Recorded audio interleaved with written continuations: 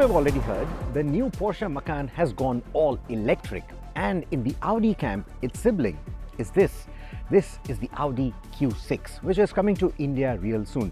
In fact, I'm calling it the sibling of the Macan is because both these cars were co-developed. They are based on the PPE architecture, a premium electric architecture that is co-developed by Porsche and Audi, which means it is very promising, not just on paper, but even on the road. But you know what's the big deal? I think this looks better than the Macan. There, I said it. Let's take a look.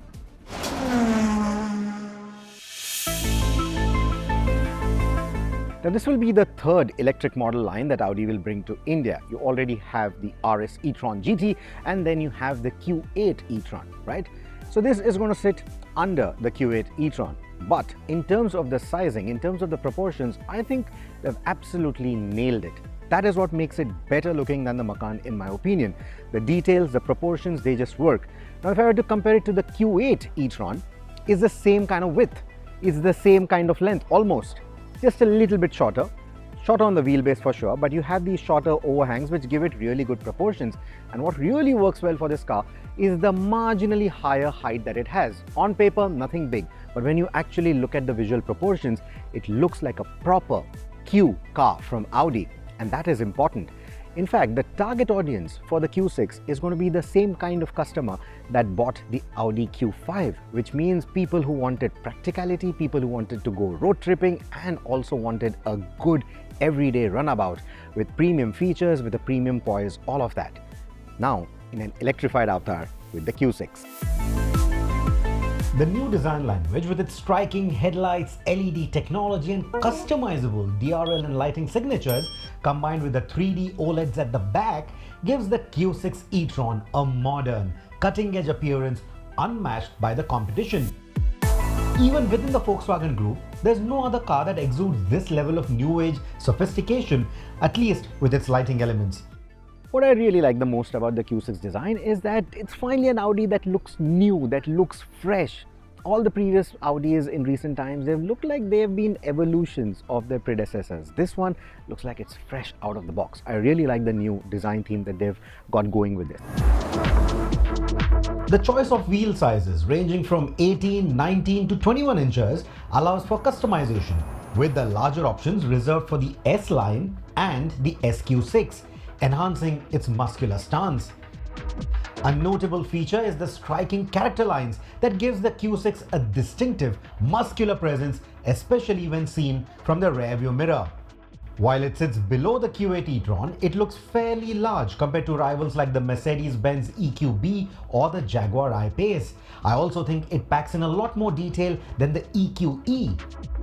The EQB might be boxy, but the Q6 e-tron appears larger and more imposing.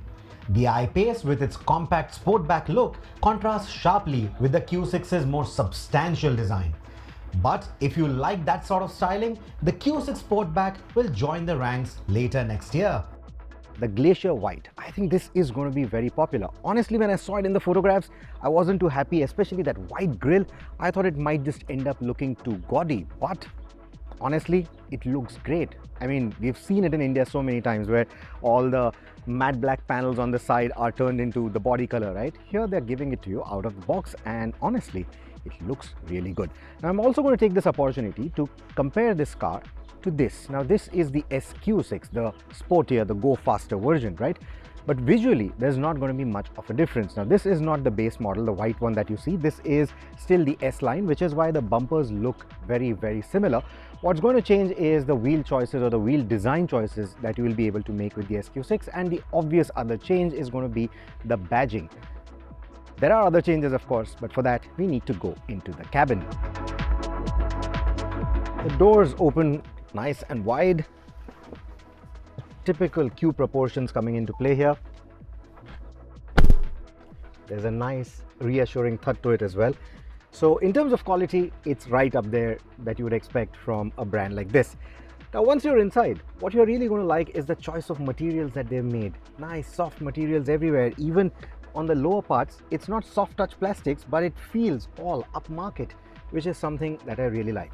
Now the first thing is the materials. But the second thing that you will notice is how everything is driver-centric. I mean, with my driving position, the farthest corner on the screen is within easy reach. I don't really have to stretch out, and that is really important. That means you don't have to take your eyes too far off the road. Speaking of which, you also get augmented reality heads-up display, and oh my god, it works so well. The co-passenger display, a feature borrowed from Porsche, adds a touch of high-tech wizardry. Equipped with an optional privacy glass, it ensures that only the passenger can see it, appearing as a blank piece of glass from the driver's seat to reduce distractions. While the main infotainment screens are OLED with vibrant visuals, the passenger display screen uses LCD, favoring practicality. The minimalist center console features a love-it-or-hate-it gear shifter knob. Some like me might miss Audi's chunky aircraft-style selectors, but the new design integrates seamlessly with the modern cabin aesthetic. I also like the dynamic ambient lighting. The steering wheel with its flat bottom and top looks and feels sporty. The touch-sensitive controls on it allow you to swipe or press, whatever floats your boat. It's a thoughtful design at its best. There's one feature that just took me off guard, scared me almost, but now I really love it. So this little panel that you see here with the S badging on it, there's a speaker somewhere there. So when you have your sat nav on, all the route guidance is coming from here, not from the front, but at the rear, as if someone's just sort of, over your shoulder, looking at what's happening and then telling you, okay, turn right, turn left. It's really handy. It's really handy. And then this can also double up as a surround sound speaker system if you like.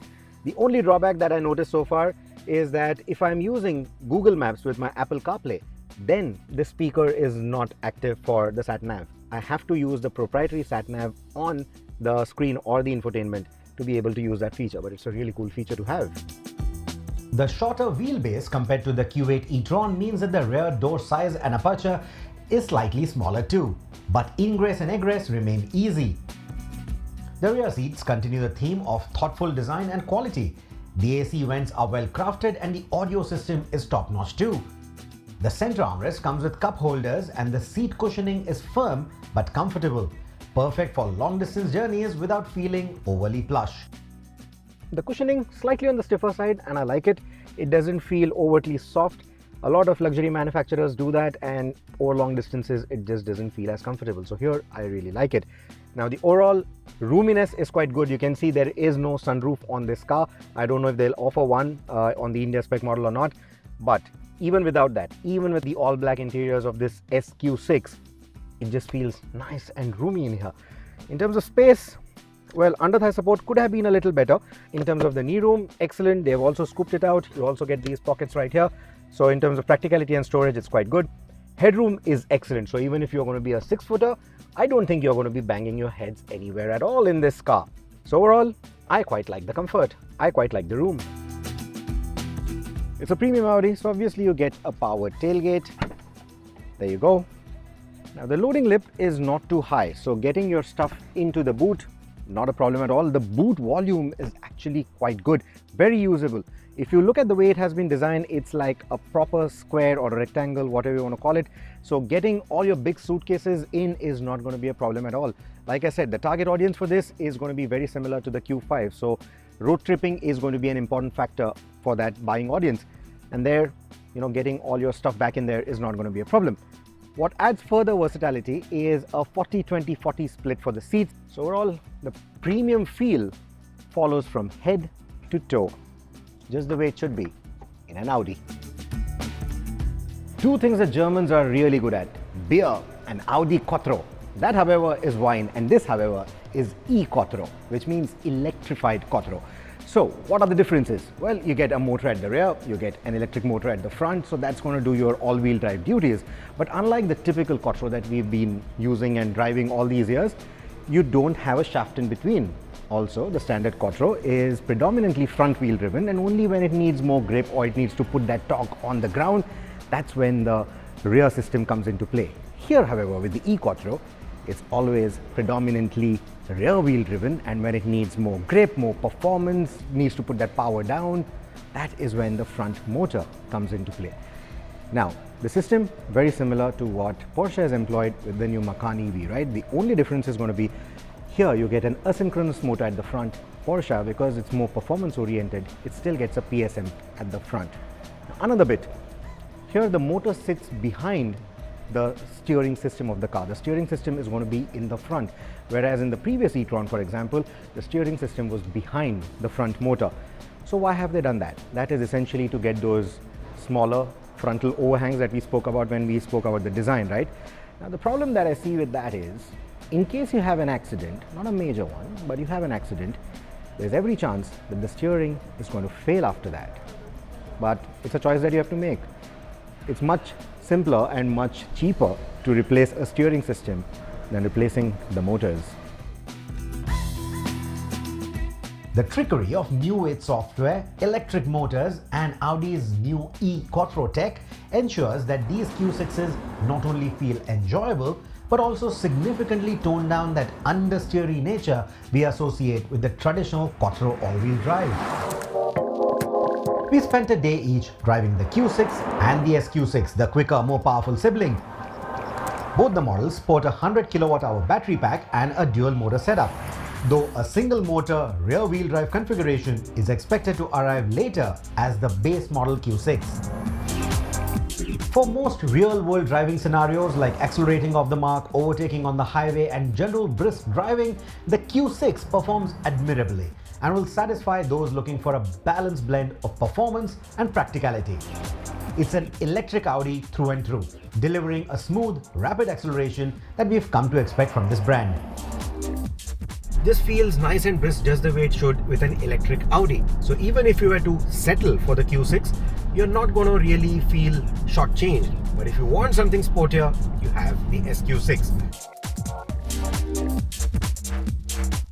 It's impressive that Audi has managed to integrate a 100 kWh battery pack even in a mid-size luxury crossover like the Q6 and across all of its variants.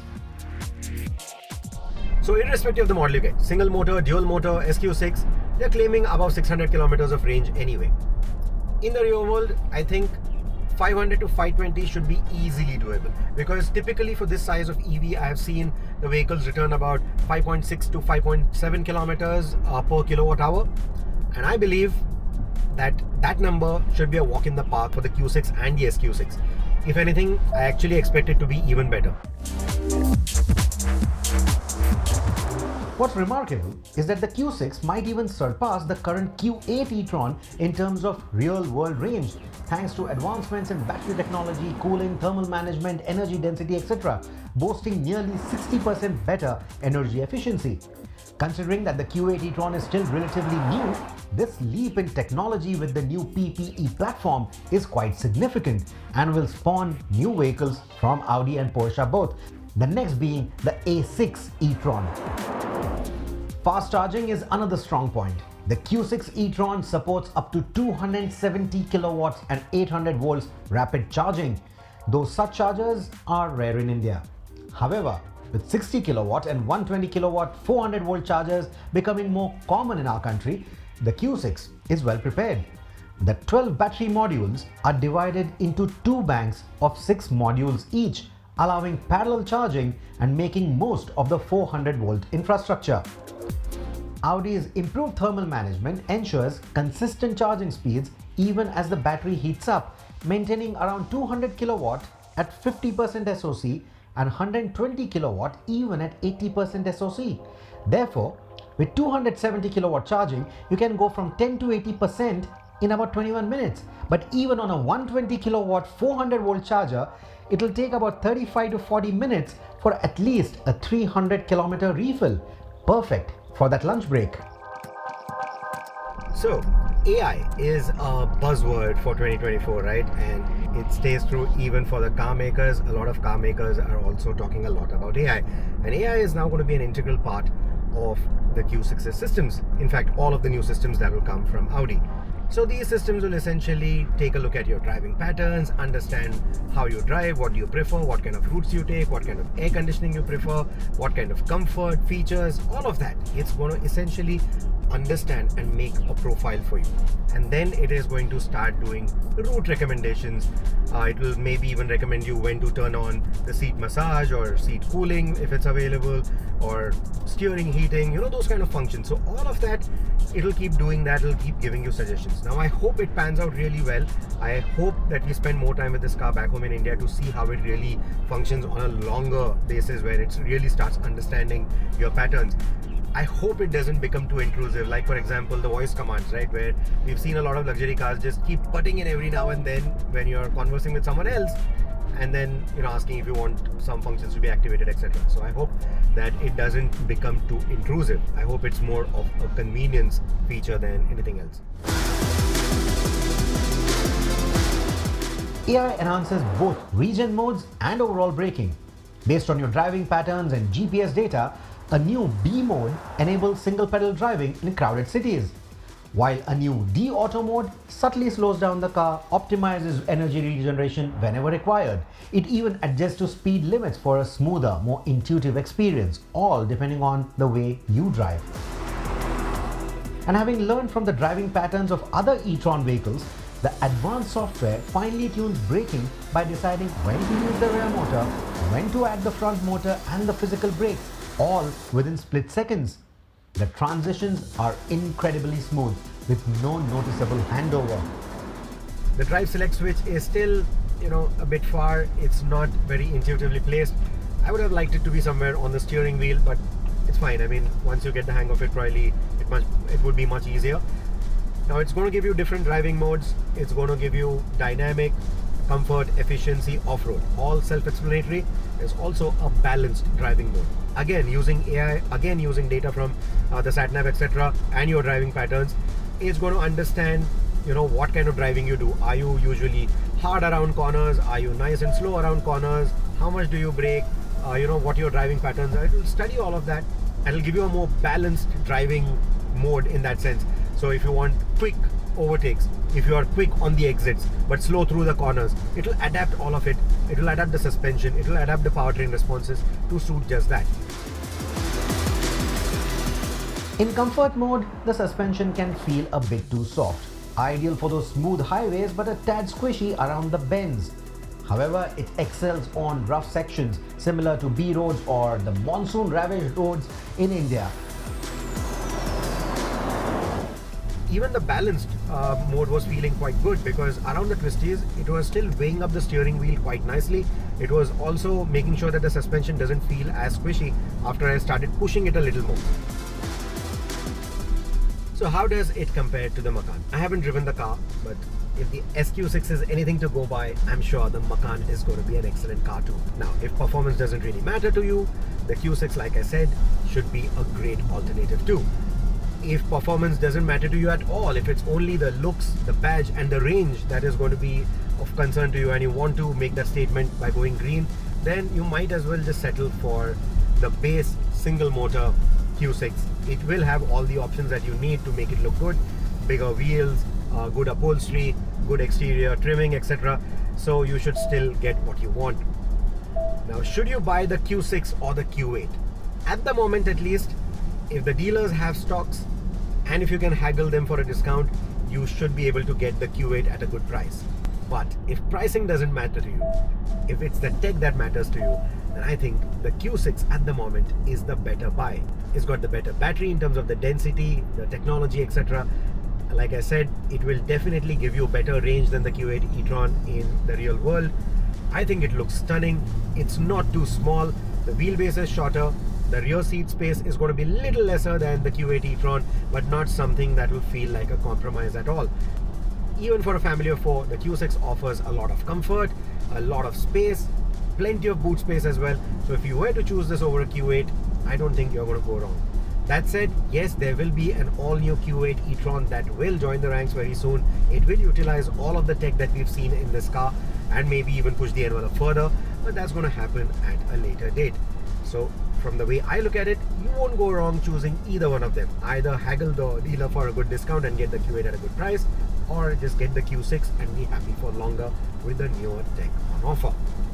What do I think about the car overall? Well, I think I've summed it up. If I'm recommending you to maybe save money and get the SQ6, And if I'm recommending you to maybe spend more money and get the Q6 instead of a discounted Q8, that means I'm pretty impressed with this car. And I think that if you are shopping in the EV space, this is going to be one serious contender to look at. It looks good, it feels spacious, it drives well, and finally it feels like an all-new Audi, not an evolution of something that we've seen already in the past.